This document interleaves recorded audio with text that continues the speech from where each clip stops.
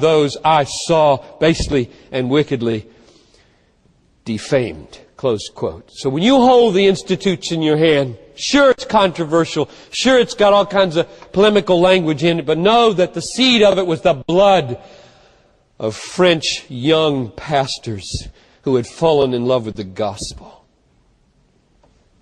The furnace of burning flesh is the forge of the Institutes of the Christian religion. Would, I'm tempted to say, and we'll say, would more were at stake for us today in doing theology. We'd do it differently. Wouldn't play. 1536, France gives a temporary amnesty to all these guys who ran away. Calvin goes back for a few months to settle his accounts, get his brother Anton and Marie, and he leaves forever, never to return. But something awesome happens. You all know this story, but oh, is it important. Historically, it's so important. He says, I'm off to Strasbourg. I know what I'm wired to do. I'm going to go there and be safe, secure, comfortable, and easy, and write books to defend the gospel till I die someday in ease in Strasbourg. Well, there happens to be a war going on between Charles V and Francis I, and the troops are moving on the road between Paris and Strasbourg, and so he takes a detour through Geneva. Detour, ha, he says. It's exactly the same as, and behold, Caesar Augustus declared a tax. Why? Well, just to get a virgin from Nazareth to Bethlehem, that's why. That's why these troops were in the way to get Calvin to Geneva.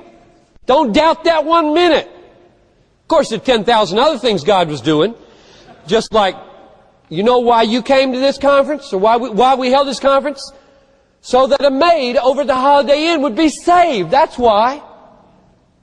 So that a van driver would hear the gospel. That's why. And 10,000 other reasons nobody ever thought of. We're here that God's doing. Okay. He goes to Geneva.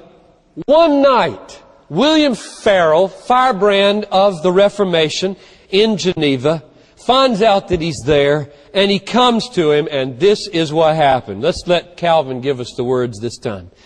Farel, who burned with an extraordinary zeal to advance the gospel, immediately learned that my heart was set on devoting myself to private studies, for which I wished to keep myself free from all other pursuits. And finding that he gained nothing by entreaties, he proceeded to utter an imprecation that God would curse my retirement and the tranquility of my studies, which I sought if I should withdraw and refuse to give assistance in Geneva, when the necessity was so urgent. By this imprecation, I was so stricken with terror that I desisted from my journey which I had taken. So I told you he believed in submission. This happened again later on. So the course of his life is forever turned by this providence of going through Geneva, and 48 volumes later of books and tracts and sermons and commentaries and letters, we thank God for this providence. He took up his responsibilities as professor of sacred scriptures first in Geneva in 1536, and then in 4 months he became the pastor, one of the pastors of St. Peter's or St. Pierre's, however you want to say it, in Geneva. It was one of 3 parishes. There were 10,000 people in the city, so you can see how roughly it was divided up. 3,000 people or so he'd be responsible for with the other pastors there. And then, lo and behold, because he and Farel are such hotheads and firebrands and believe in the gospel and the church, and the city council isn't that far along, he and Farel get banished out of the city, April 1538. And he is relieved. Oh, whew, done with that city, because it was nothing but trouble anyway. Wanted to die 1,000 deaths, he said. Remember, I told you last night at the banquet how he wanted to die every day. And so he's glad now. He's off to Strasbourg, and lo and behold, Martin Bucer, who's ministering to the poor French refugees in, where is he? Strasbourg. Yeah, Calvin went to Basel. Now, Bucer comes to get him. And here's what Calvin wrote. That most excellent servant of Christ, Martin Bucer, employing a similar kind of remonstrance to Farel and protestation as that which Farel had recourse to before drew me to the new station. Alarmed by the example of Jonah, which he set before me, I still continued in the work of teaching. Meaning, I went with him and became professor of New Testament there and became the pastor of 500 French refugees for the next 3 years of his life. Now, probably the most important thing about those 3 years in Strasbourg before he goes back to Geneva is maybe the Romans commentary, maybe the second edition of the Institutes, but it's probably Idelette, his wife.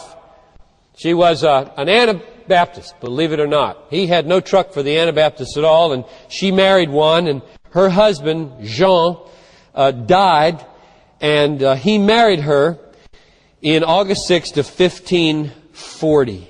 And she had 2 children, and the daughter came along with them back to Geneva and eventually broke Calvin's heart because she got involved in an affair. And they were married then for 9 years. More about that in just a minute.